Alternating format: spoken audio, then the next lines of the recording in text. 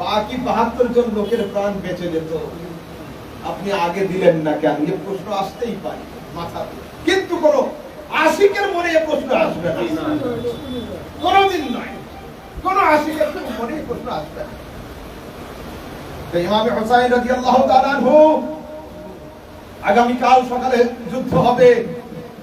রাতের বেলা নিজের খিমাতে নিজের সমস্ত সঙ্গীদেরকে নিয়ে বসিয়েছেন, বসে বলছেন, শোনো, আমি তোমাদের অনুরোধ করছি, ওদের টার্গেটে কেবলমাত্র আমি আছি, আমাকে ছেড়ে দিয়ে তোমরা চলে যাও।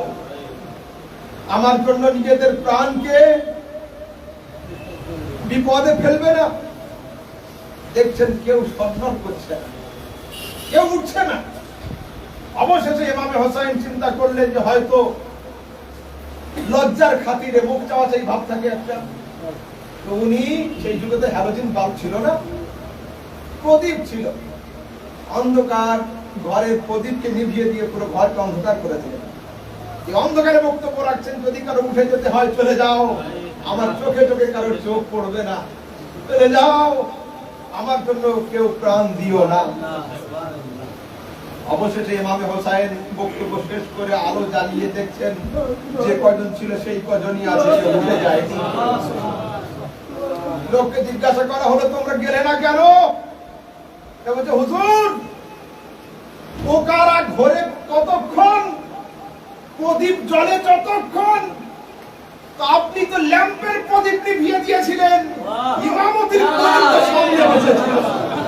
আপনি তো ইমাম, যতক্ষণ পর্যন্ত ইমামতির প্রদীপ আমাদের সামনে চলবে, মুস্তাফার নাতি আমাদের সামনে দাঁড়িয়ে থাকবে, ততদিন পর্যন্ত, ততক্ষণ পর্যন্ত আমরা সরব না। আপনার ইমামতি প্রদীপের দিকে তাকিয়ে তাকিয়ে আমরা নিজেদের প্রাণ বিসর্জন করে দেব। আল্লাহু আকবার। এসো এসো, মরণ আসুক, এসো এসো, একটু আগে এসো, এই দিকে জায়গা হয়ে যাবে, একটু আগে এসো, বাম দিকে, লেফট সাইডে এসো। এখন দরুদ শরীফ পাঠ করুন, আল্লাহুম্মা সাল্লি আলা মুহাম্মাদ ওয়া আলি ওয়াসাল্লাম।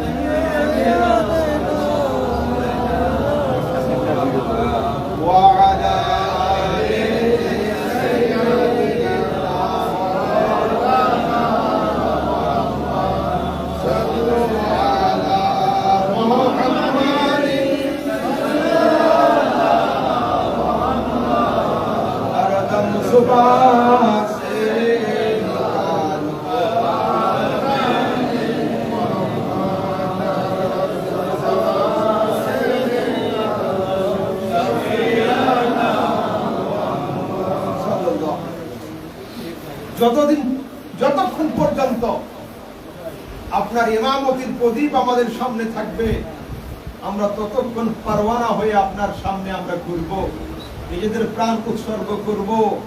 जलवा दिखा के यार ने दीवाना कर दिया, अरे खुद शम्मा बन गए हैं, मुझे परवाना कर दिया। चलो आगे दिखे जाए। तो অবশেষে ইমাম হুসাইন রাদিয়াল্লাহু তাআলা আনহু এক এক করে নিজের সঙ্গীদেরকে হারিয়েছেন। সঙ্গে রয়েছে দুই বাচ্চা, আওন আর মোহাম্মদ। আওন আর মোহাম্মদ বয়স খুব কম। আওন আর মোহাম্মদ যুদ্ধে যাবে।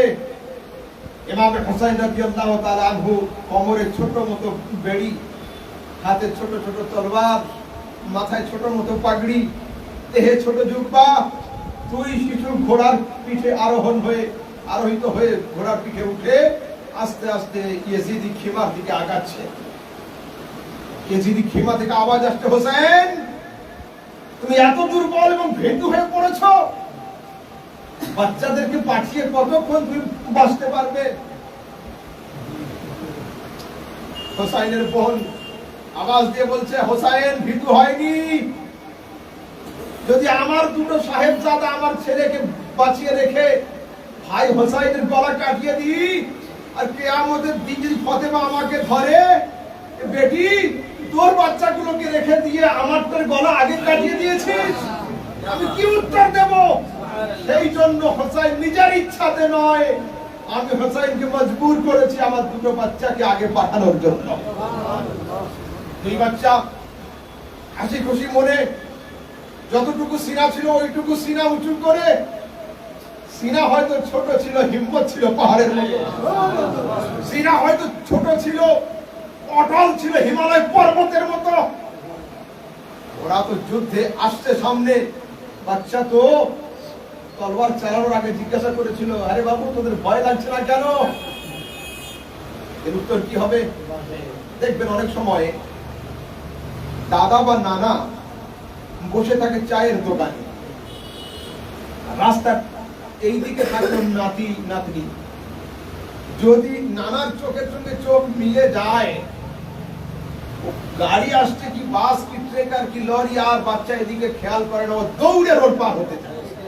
ও জানে বাচ্চা তো ডানবাম নেই, সামনে নানা বসে আছে, দাদা বসে আছে। এদেরকে জিজ্ঞাসা হলো, আরে বাচ্চা আমরা তো এত বড় বড়, এত জালিম, এত অত্যাচারী, তোমরা এই ছোট ছোট তলোয়ার ছোট ছোট বাজু নিয়ে আসলে কি করে? পিছন থেকে আওয়াজ হচ্ছে, শোন, ওরা যদি তোদের দিকে তাকাতো তবে তো ভয় পেত, তোদের পিছনে মুহাম্মদ রাসূলুল্লাহ হাউজে কাউসারের পানি নিয়ে দাঁড়িয়ে আছে। নাতি চলে এসো, আমি রয়েছি। ওরা তো তোদের চেহারার দিকে তাকায়নি, তোদের পিছনে অপেক্ষাকৃত মুস্তাফা করিমের চেহারার দিকে তাকিয়ে রয়েছে। অবশেষে ইমাম হুসাইন রাদিয়াল্লাহু তাআলা আনহু, আচ্ছা চিন্তা করুন একবার, বাড়িতে যদি কারো নরমালি ইন্তেকাল হয়, অসুস্থ হয়ে বা বয়স হয়ে, যে কোনো অবস্থায় নরমালি ইন্তেকাল, 100 বছর পার হয়ে গেছিল, মরার টাইমই এসেছিল, তাও তো যদি ছেলে মেয়ের সঙ্গে খুব ভালো সম্পর্ক থেকে থাকে, ছেলে মেয়েরা অস্থির হয়ে যায়, খাওয়া দাওয়া ঠিক থাকে না, জামা কাপড় ঠিক থাকে না, হয়রান হয়, সুস্থ জোয়ান লোক পর্যন্ত সঠিকভাবে হাঁটতে পারে না। ইমাম হোসেন আল্লাহ পাক তার সিনাকে, আমি দুনিয়ার এমন কোন পর্বত পাচ্ছি না যে পর্বতের সঙ্গে তার সিনার উদাহরণ দেব। নিজে হাতে নিজের যুবক ছেলের লাশ, নিজের ভাইয়ের লাশ, নিজের সঙ্গীদের লাশ, ৭২টা লাশকে আনছেন হাতে করে উঠিয়ে, সীমার মধ্যে শুইয়ে, ফের হোসাইন হাতে তলোয়ার নিয়ে কিভাবে আগালেন। আল্লাহু আকবার। ये একমাত্র আলীর বেটা ছাড়া দুনিয়াতে কারো দ্বারা সম্ভব না। নারে তাকবীর, নারে তাকবীর, মাশাআল্লাহ আলা হযরত জিন্দাবাদ। একমাত্র আলী পুত্র ছাড়া কারো দ্বারাই সম্ভব নয়। সেই জন্যই তো বলা হয়েছিল, ইসলামের উপরে যে কালো দাগ দেওয়ার চেষ্টা হচ্ছে, ইসলাম হাতিয়ার দেখিয়ে তলোয়ার দেখিয়ে প্রচারিত হচ্ছে না। ইসলাম হাতিয়ার তলোয়ার নয়। আবার বলছি, হ্যাঁ ইসলাম তলোয়ার দেখিয়ে প্রচারিত, ইসলাম লোহার তলোয়ার নয়, মুহাব্বতের তলোয়ার দিয়ে প্রচারিত। আর যদি ইসলাম লোহার তলোয়ার দ্বারা প্রচার হতো, তো এক আলীর তলোয়ার পুরো দুনিয়াকে কলমা পড়ানোর জন্য যথেষ্ট হয়ে যেত। এক আলীর তলোয়ার পুরো দুনিয়াকে কলমা পড়ানোর জন্য যথেষ্ট হয়ে যেত। তা তো হয়নি। ইমাম হোসেন রাদিয়াল্লাহু তাআলা আনহু আবার সিনাকে চওড়া করে বাড়ির মহিলাদেরকে আলবিদা সালাম জানিয়ে, মুহাম্মদ রাসূলুল্লাহর মুহাব্বতকে সিনাতে নিয়ে, ফাতেমার দোয়াকে হাতিয়ার বানিয়ে, আলীর হিম্মতকে তলোয়ার তৈরি করে যখন আগিয়েছেন, তার যুদ্ধের যে ভঙ্গি ছিল, ইয়াজিদ বাহিনী কম্পিত হয়েছিল। এই যে অবস্থা হচ্ছে, একজন সিপাহীর হাতে 22,000 সৈন্য আমরা চলে যাব, দিয়ে তলোয়ার তো থামার নাম নিচ্ছে না। দুনিয়ার কোন শক্তি এই তলোয়ারকে থামাতে পারছে না। এমন তো অবস্থায় নামাজের সময় হয়েছিল, যখন আজানের আওয়াজ হলো, হোসাইনের উঁচু তলোয়ার নিচু হয়ে গেল। হোসাইনের তলোয়ার নিচু হলো। এখানে অনেক ঘটনা আছে। অবশেষে ইমাম হোসেন রাদিয়াল্লাহু তাআলা আনহু শহীদ হলেন, তার শাহাদাত হয়ে গেল। মাথা আলাদা, দেহ আলাদা। নিয়ে যাচ্ছে কিভাবে করে? হাতে নিয়েছে একটা বল্লম। এই আছে কারোর কাছে কলম আছে? জি, বল্লম। বল্লমের এই দিকটা লোহার থাকে না, এখানে বল্লম থাকে, এটা বাট থাকে। তো কুফা থেকে নিয়ে যাবে দামেস্কে। দামেস্ক ছিল ইয়াজিদের রাজধানী। নিয়ে যাবে ওইখানে। কিভাবে নিয়ে যাচ্ছে? ইয়াজিদি বাহিনীরা লম্বা জুলুস করেছে, জুলুস। ইমাম হুসাইন রাদিয়াল্লাহু তাআলা আনহুর মাথা মোবারককে বল্লমের মাথার উপরে আটকে দিয়েছে। আল্লাহু আকবার।